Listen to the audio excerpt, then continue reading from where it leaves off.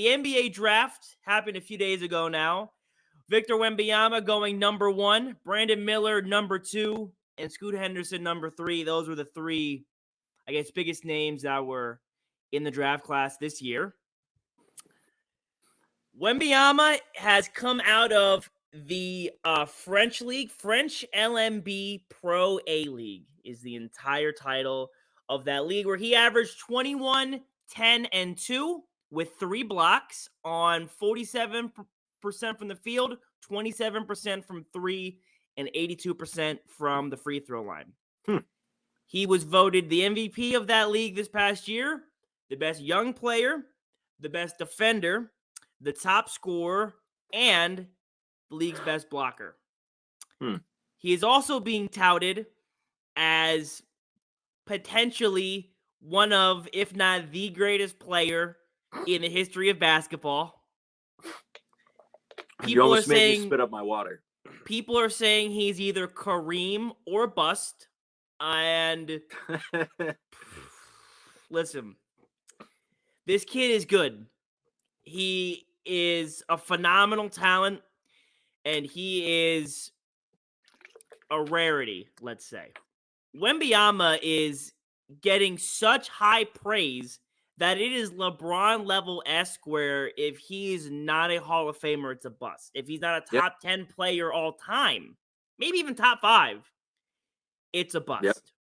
I can't remember in recent memory we, as in sports media, giving someone this much of a ceiling and this high level of expectations ever. I remember when Duke won the national title in 2015, Jahlil Okafor was touted as a point guard who plays center. He had all these funky dribble moves and had great ball hand and all this stuff. And I'm not saying Wembanyama is Okafor. He's far better than Okafor. This is not something new. This hype is not something we haven't heard before in terms of that player archetype. Why we're putting it so much into Wemby and saying, well, this time it's so much different, I don't know. I just don't get it. I think he'll have a solid career. He's probably going to win Rookie of the Year. But saying he's already this all-time NBA great at this point, saying that that's where he's going to be, I just don't see it. And I'm not sure what it is exactly I'm missing.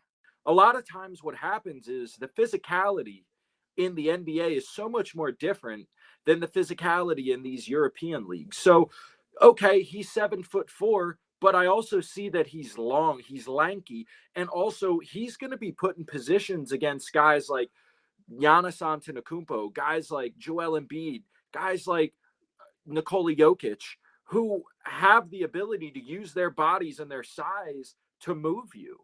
And I can't imagine that the Spurs would be considering playing him anywhere outside of maybe the 4 or the 5. So you have to think, is his game going to translate with his ability to play defense as well? I'm more worried about his ability to play defense in the NBA. Like, yeah, he's long and he's tall, but as I said, he's going to be put up against guys who are going to know how to use their bodies against him and could end him in foul trouble. Is he going to be the two-way player that I think everybody is saying? I'm not so much worried offensively. I think he'll find his game there, but it's on the defensive side that I really have a lot of questions about Wembanyama. And to speak on the physicality, I mean, Chet Holmgren this past year was given not the same level, but a ridiculous amount of hype of how his NBA game is going to be, and he came into the league and immediately crumbled. People at his size, no matter what your weight is, have a greater risk at getting ACL, MCL injuries because of all that pressure on their joints. Yeah.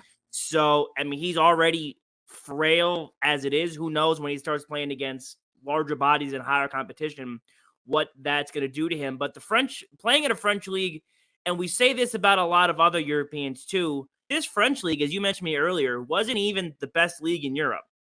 And not that is fair to use against Wemby, but maybe, I mean, he's going to be Kareem already in the NBA, and he averages 21 and 10 and not like 30 and 15. Exactly. I just don't know. I just feel like there's this big thing, like this big secret or play or highlight or something that I just haven't seen or we don't know about that everyone's getting this hype from.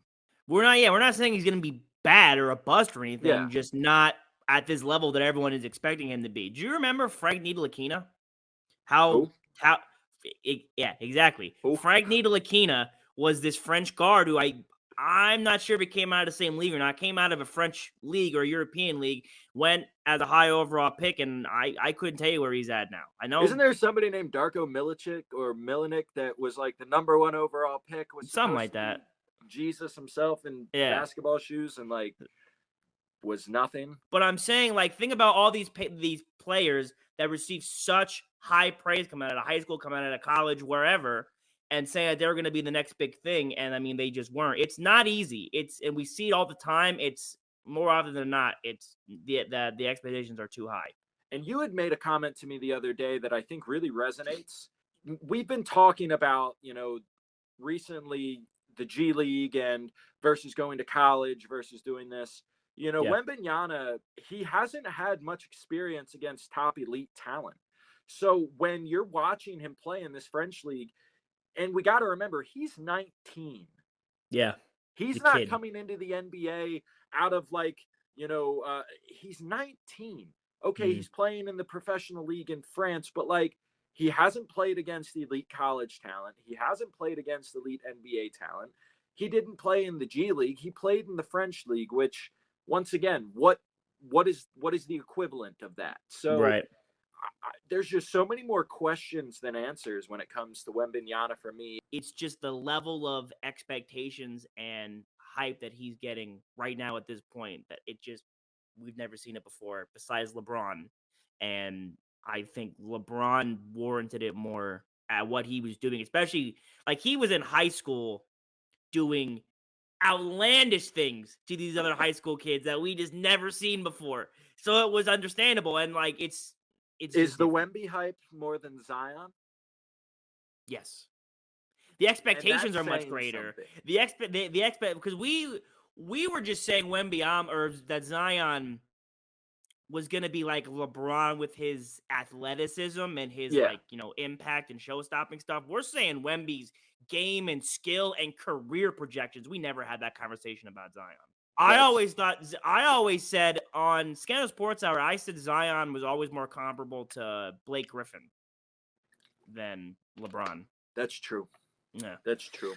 All right, so yeah, our overall thoughts are Wemby is not that good, but still good, still pretty good. Listen to the sound. I listen to the sound.